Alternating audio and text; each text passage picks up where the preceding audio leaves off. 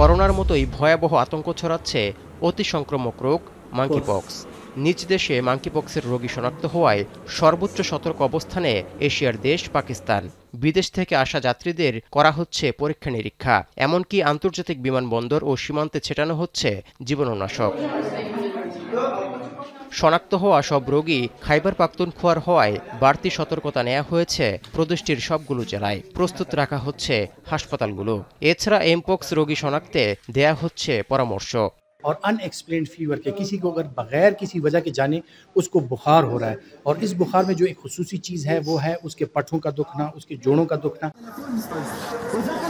তিনটি মহাদেশে মাঙ্কিপক্সের হানায় বিশ্বজুড়ে উদ্বেগ ছড়িয়ে পড়ছে।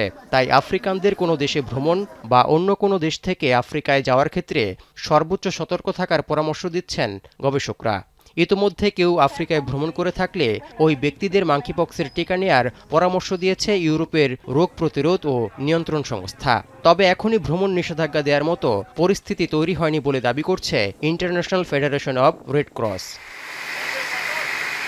আফ্রিকান ইউনিয়নের ৫৫টি সদস্য রাষ্ট্রের মধ্যে ১২টিতেই এমপক্সের প্রাদুর্ভাব দেখা যাচ্ছে। এর মধ্যে চলতি বছর মহাদেশটিতে ১৮,৭০০-র বেশি রোগী শনাক্ত হয়েছে। প্রাণ গেছে ৫ শতাধিক মানুষের। পরিসংখ্যান অনুযায়ী মৃত্যুর হার প্রায় ৩%।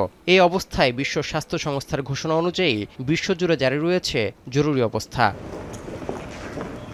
তৌহিদুর রহমান, এখন বিশ্ব।